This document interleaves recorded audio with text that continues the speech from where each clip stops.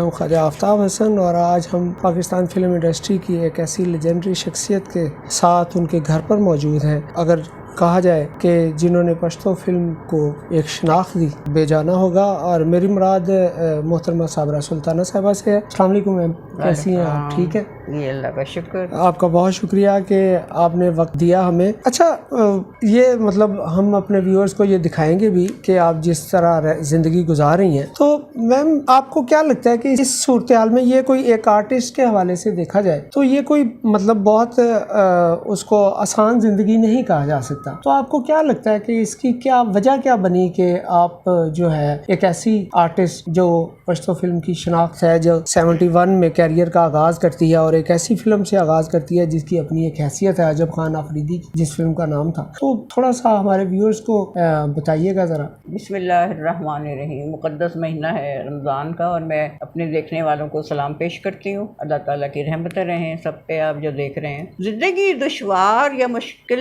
انسان خود بناتا ہے، کیونکہ اللہ تعالیٰ فرماتے ہیں کہ اپنے آپ کو آپ جتنی آپ کی گنجائش ہے، جتنی آپ کی چادر ہے، اتنا پاؤں پھیلائیں۔ رسم و رواج، غیر ضروری رسم و رواج سے پرہیز کریں۔ غربت کا ایک وجہ ہے یہ بھی ہے کہ ہم لوگوں نے غیر اسلامی رسومات کو اپنے زندگی میں داخل کر لی ہیں، تو مجھے نہیں لگتا کہ ایسی کوئی بات ہے، کیونکہ آرٹسٹ ہے وہ بھی، ہر انسان 2 وقت کھانا، یا کسی کو 2 وقت کا کھانا نصیب ہے، کسی کو 1 وقت کا ہے، اور سر چھپانے کے لیے گھر ہونا چاہیے، پہننے کے لیے کپڑے ہونا چاہیے، پیٹ میں تھوڑا سا کھانا زیادہ ہو یا کم ہو، مرغن ہو یا سادہ ہو، تو شکر اللہ کا ادا کرنا چاہیے۔ تو میں نہیں سمجھتی کہ میری زندگی میں اللہ کا شکر ہے، میرا گھر ہے، سہولیات ہیں زندگی کی، اور بجلی ہے، پانی ہے، ہر چیز ہے، UPS لگا ہوا ہے، اور شکر اللہ کا میں سمجھتی ہوں کہ اور مجھے اچھا لگتا ہے کہ میں ایک سادہ زندگی گزاروں۔ اس کا مطلب یہ ہوا کہ یہ آپ اپنی مرضی سے یہ نہیں، مرضی تو اللہ کی ہے، کسی کو عروج ملتا ہے، کسی کو دیکھیں نا، ہر عروج کے بعد فنکاروں کو آپ ذرا نظر دوڑائیں کہ بہت سے فنکار ایسے ہیں جو بہت عروج پہ گئے، پھر وہ زوال پذیر ہو گئے۔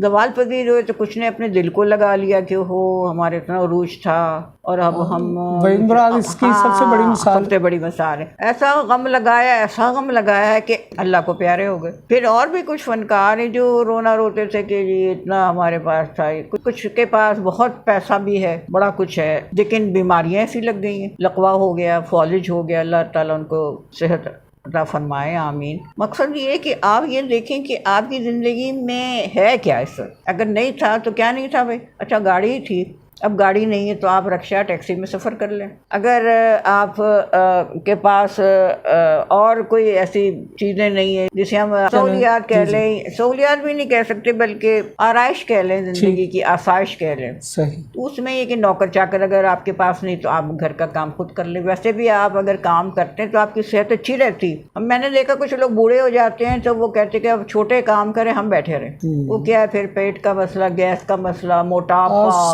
صحت کے حوالے سے کئی مسائل، ہاں جی، دل کی تکلیفیں، جوڑوں کا درد، تو گھر کا کام کر لیں، تھوڑا جتنی طاقت ہے آپ گھر کا کام لیں، نوکر نہیں ہے تو کوئی بات نہیں، آپ اپنے گھر کا کام کریں، آپ کے کام رکتا نہیں ہے، آپ جتنا بھی بڑھاتے جائیں گے اپنے سہولیات کو، بڑھتی جائیں گے۔ ایک گاڑی ہوگی تو کہیں گے چلے ایک گاڑی ایک اور ہونا چاہیے جو بچوں کے لیے ہو، ایک گاڑی ہونا چاہیے دادا دادی کے لیے ہو، ایک گاڑی ہونا چاہیے۔ آپ کے پاس کتنی گاڑیاں تھیں؟ میں نے تو ایک گاڑی رکھی تھی۔ کتنا عرصہ پہلے تھی آپ کے پاس؟ میرا خیال ہے 74 تک، نہیں ہاں 75 تک تھی۔ پھر ہاں جی، پھر ہم نے پھر مطلب سے ہسبینڈ میرے باہر چلے گئے تھے تو پھر ہم نے سیل کر دی۔ ہم نے کہا ضرورت ہی نہیں، کہیں جانا تو ہوتا نہیں۔ والدین کہتے تھے کہ اب جب خواتین کو چاہیے کہ ویسے بھی باہر خواہ نہ نکلیں، لیکن اب جن لوگوں کے شوہر باہر ہوتے ہیں ان کو بہت زیادہ احتیاط کرنی تھی، تو میں کہیں آتی جاتی نہیں، کبھی جانا بھی ہوا تو والد کے ساتھ یا والدہ۔ تو مقصد یہ کہنے کا کہ مجھے ان چیزوں کا کبھی غم ہوا نہیں۔ ابھی مجھے ضرورت پڑتی ہے تو میں رکشہ یا اوبر کر دیتی ہوں یا کریم کر دیتی ہوں، آرام سے چلی جاتی، کوئی مسئلہ نہیں۔ اور دروازے پہ میں فون کر دیتی ہوں رکشہ والے کو یا اوبر کو، وہاں میں کال کر دیتی ہوں، وہ آ جاتا ہے، وہ سیڑھیوں کے پاس، وہاں میں اتر کے اپنے بیٹھ کے چلی گئی، بس اللہ اللہ۔ اچھا میم، شوبز انڈسٹری میں جب آپ ایک خاص سٹیج پہ ہوتے ہیں عروج پہ ہوتے ہیں، اور اس وقت تو آپ کو جو فین فالوئنگ اور جو پروٹوکول چل رہا ہوتا ہے، تو جب وہ ساری چیزیں نہیں ہوتی تو احساس تو ہوتا ہوگا کمی کا، یا وہ سارا کچھ کہ کافی کچھ مس کرتی ہوں گی آپ؟ نہیں، احساس اس لیے نہیں ہوتا کہ جب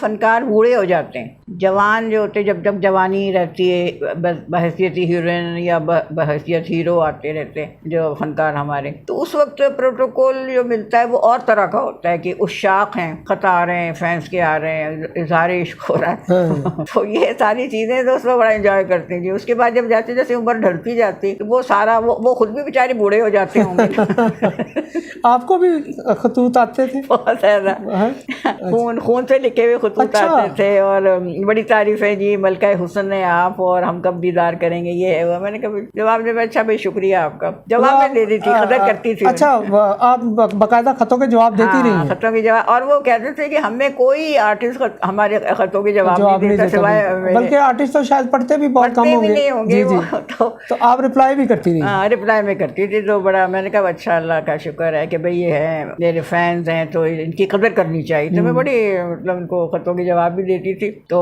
اب یہ تو میرا گھر کا جو لیٹر باکس تھا وہ فل ہوتا تھا، تو میرے والد صاحب بڑے چڑھتے تھے، کیا مصیبت ہے روزانہ خط نکالتے رہو، یہ کتنے لوگ اتنے، پھر کہتے تھے، میں نے کہا نہیں جواب ضرور دینا۔ فون آتے تو فون نمبر کسی طرح ان کو تک پہنچ گیا، گھر کا ہی اس وقت تو دور تھا نمبر کا۔ جی جی، ہاں، کسی نے کہا جی آپ کی ہیلو بہت اچھی ہے، تو ایک دن والد صاحب کو بڑا غصہ آیا کہ تم ہیلو جو بولتی ہو ذرا ایسے اسٹائل سے نہ بولا کرو، تو ایسے کرو۔ میں کہتے ہاں ہیلو کیا، میں نے کہا نہیں پاپا میں آرٹسٹ ہوں، میں ہیلو۔ آپ کا چونکہ آپ صداکار بھی رہی ہیں ریڈیو پہ، تو ظاہر ہے وہ جو تربیت ہے وہ تو لازمی بات ہے۔ تو وہ میں نے کہا میں ہیلو بڑے اسٹائل سے، میں پیچھے پڑ گیا آگے آپ کی ہیلو والد صاحب کو، میں نے کہا اچھا پاپا میرے والدین بھائی جو کہتے ہیں۔ جیسے آپ بتا رہی ہیں، آپ نے دیکھیں ریڈیو پاکستان کراچی میں بھی کام کیا آپ نے، پی ٹی وی پہ بھی کیا، فلم میں بھی کیا، تو مطلب وہ والدین کی اجازت کے بغیر کر لیا سارا کچھ؟ نہیں کہ میری کیا مجال، تو وہ مطلب وہ کیسے وزارت، جب آپ ان تینوں میڈیمز میں آپ کام کر رہے ہیں؟ والد صاحب اصل میں برٹش کمپنی میں ایک بڑے شعبے کے انچارج تھے، ٹھیک، تو وہاں پر یہ اشتہار وغیرہ کا بھی سلسلہ ہوتا تھا، یہ ایڈز وغیرہ جی جی اخباروں میں، تو مجھے بڑا شوق تھا، میں نے کہا میں کسی اشتہار میں نظر، والد صاحب نے بارہ بڑی مشکل سے، اکلوتی بیٹی تھی، تو انہوں نے کہا کہ چلو ٹھیک ہے، پھر ان کے آفس میں جو دوست ہیں انہوں نے کہا چلو بیبی اگر راضی ہے، تو مجھے بیبی کہتے تھے، تو ٹھیک ہے۔ پھر وہ کوئی اشتہار تھے، پتہ نہیں کون سے کریم کے تھے، کچھ صابن کے اشتہار میں بڑی خوش ہوئی، اخبار میں تصویریں آئیں، پھر میں نے کہا پاپا یہ تو بڑا اچھا لگ رہا ہے۔ ریڈیو پاکستان میں بچوں کے پروگرام میں خط لکھا کرتی تھی، تو جب عبد الماجد صاحب اللہ بخشے اس وقت وہ بچوں کے پروگرام کے انچارج تھے، تو میں ریڈیو بس لگا کے بیٹھی تھی کہ اب میں خط بھیجا، اب نام جب وہ اناؤنس کرتے تھے کہ کراچی سے صابرہ سلطانہ لکھتی ہیں، بس اتنی خوش میں سیر و خون پڑ جائے، میں نے کہا اپنا ذکر سن کے بہت خوش، میں نے کہا میرا نام آ گیا۔ پھر میں نے کہا ڈراموں میں کام کرنا چاہیے، پھر میں نے وہاں پر آڈیشن لیا، آغا ناصر صاحب ہوتے تھے اس وقت، تو پھر انہوں نے بلایا مجھے، پتہ نہیں کون سے اس کے ڈرامے کا نام نہیں مجھے یاد رہا، کافی پرانی بات، اس وقت بڑے بڑے فنکار، بڑے یعنی ریڈیو پاکستان کراچی کے بڑے اتنے شاندار وہاں کے صداکار تھے بے مثال۔ میں نے کہا دیکھو، پھر میری آواز بہرحال وہ پسند کی گئی، تو ان کے درمیان میں نے رہ کے پھر ڈرامہ کیا۔ اس کے بعد میں پھر میں نے کہا کہ فلموں میں بھی کام کرنا چاہیے، والد صاحب نے کہا تو فلموں میں تو نہیں فلموں میں بھی کام کرنے، وہ اب والد صاحب دیکھ رہے تھے کہ میں آہستہ آہستہ نا اسی طرف جا رہے ہیں، وہ جیسے پنجابی میں کہتے ہیں نا چوڑ ہوتی، ٹھیک، تو اچھا ٹھیک ہے۔ تو ایک پھر وہاں والد صاحب کے ایک دوست ہیں انڈیا کے رہنے والے تھے، وہ تو انہوں نے کہا کہ ایسٹرن اسٹوڈیو جو ہے کراچی کا، اس میں کچھ فلمیں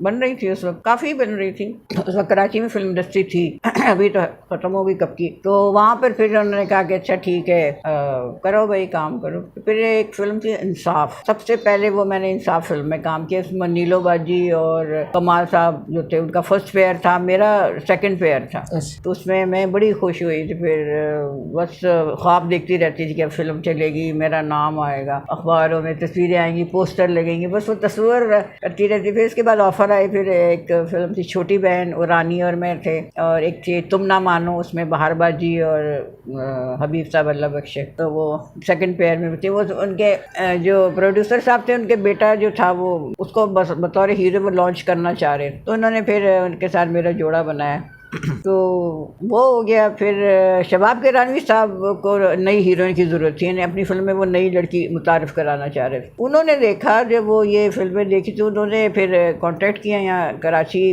میں. انہوں نے کہا بھائی یہ لڑکی جو ہے اسے ہماری بات کرائے کہ میں اپنی فلم جمیلہ بنا رہا ہوں، اس کے ٹائٹل رول ہے ہیروئن کی طرف. بس وہ تو پھر میں نے کہا کہ پاپا سے کہ پاپا آپ تو اپنے جو ہے نا آپ کام جو کر رہے ہیں برٹش کمپنی کو اس کو اللہ حافظ کہہ دیں اور آپ لاہور چلیں. اچھا. پاپا نے کہا یہ بڑا مشکل کام ہے بھائی، میری اتنی عزت ہے اور میں کانٹریکٹ بیسس پہ، کوئی نوکر تو یہاں نہیں ملازم نہیں، کانٹریکٹ بیسس پہ مجھے اچھی خاصی آمدنی ہے اور سب کچھ ہے اور کوئی ٹائم کی پابندی نہیں. وہ بہت سکون سے میں نے جو ضد والدین بھی اللہ جنت نصیب کرے، والدین بھی دیکھو اولاد کے لیے کتنا قربانیاں کتنی دیتے ہیں. تو پھر وہ ہم لوگ خیر پھر آ گئے لاہور. انہوں نے جاب چھوڑ دی؟ ہاں جاب بھی نہیں کہتے، کانٹریکٹ بیسس جو بھی تھا مطلب وہ کام اپنا چھوڑ کے لاہور آ گئے. ہاں لاہور. شباب کرانوی صاحب خود ہمیں ریسیو کرنے آئے ایئرپورٹ پہ. تو آئے پھر وہ جمیلہ حبیب صاحب ہیرو تھے اس میں ہیروئن تھی. شکریہ ایک فلم بنی، دونوں فلموں میں انہوں نے. پھر اب اس کے جب میں آئی تو پھر لاہور کے پروڈیوسرز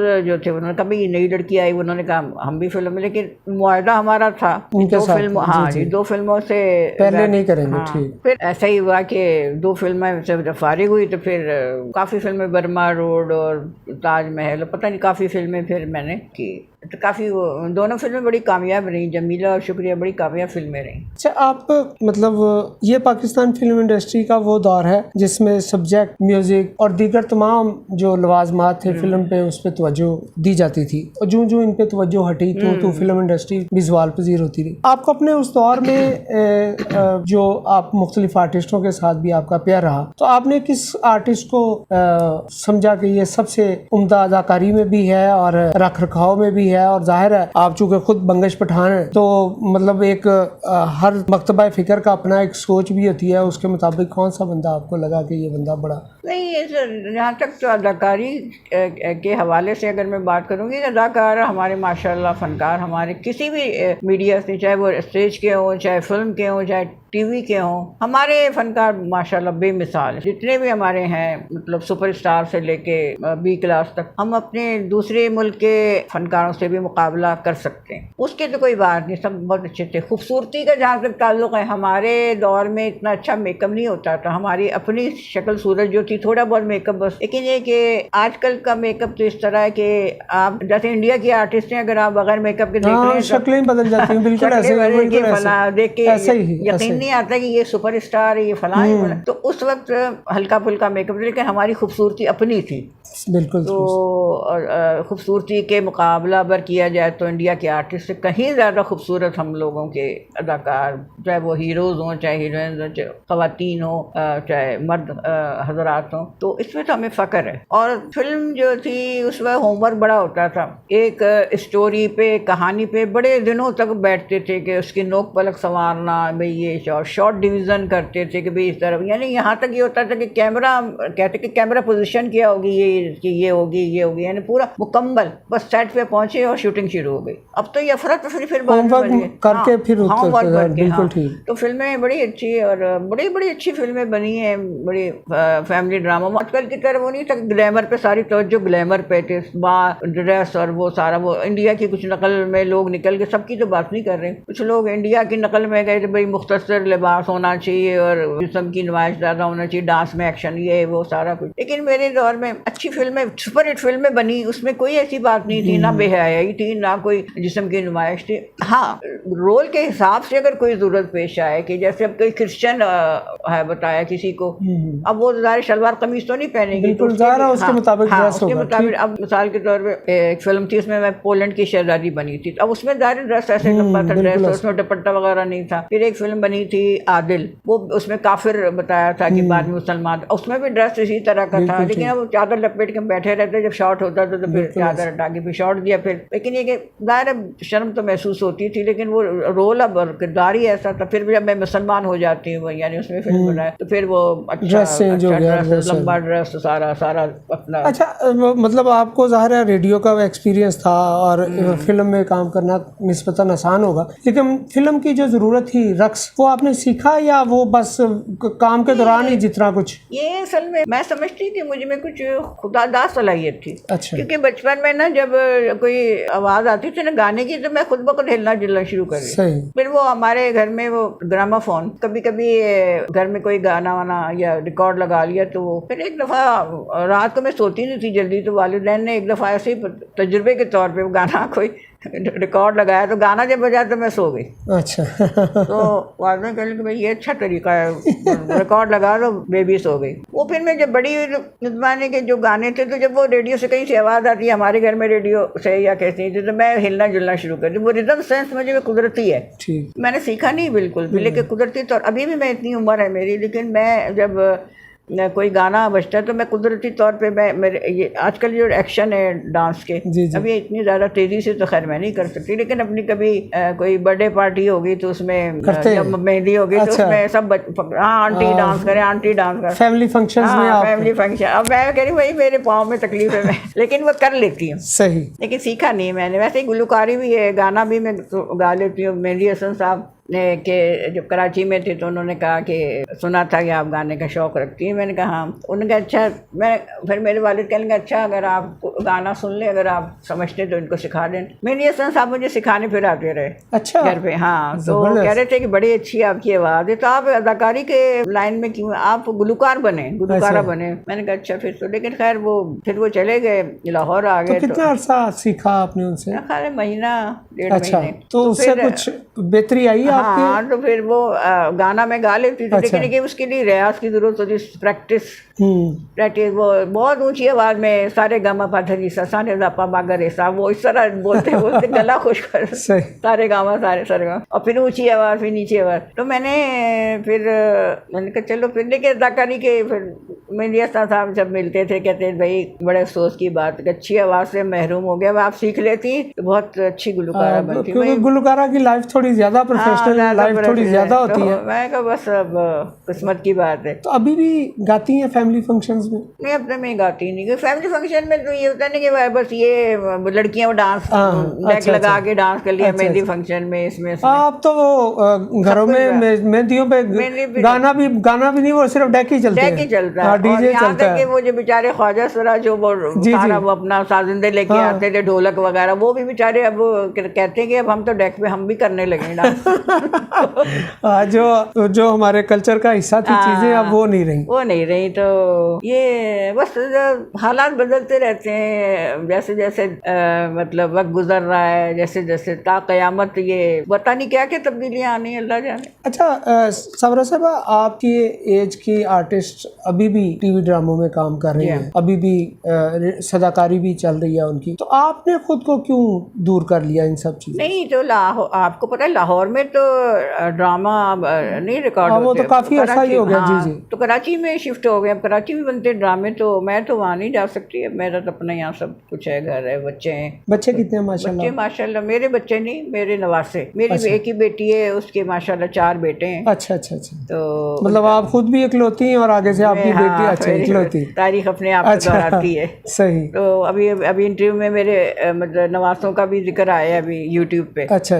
ماشاء اللہ جوان ہے چاروں بچے. اچھا. تو بس ان کو چھوڑ کے تو تصور میں نہیں کر سکتی کہ میری زندگی میں تو وہی ہیں, اور ماں باپ نہیں ہے تو چلو وہ تو ہے نا. صحیح. اللہ کا لاکھ لاکھ شکر ہے. تو مطلب آپ کی صاحبزادی لاہور میں ہی؟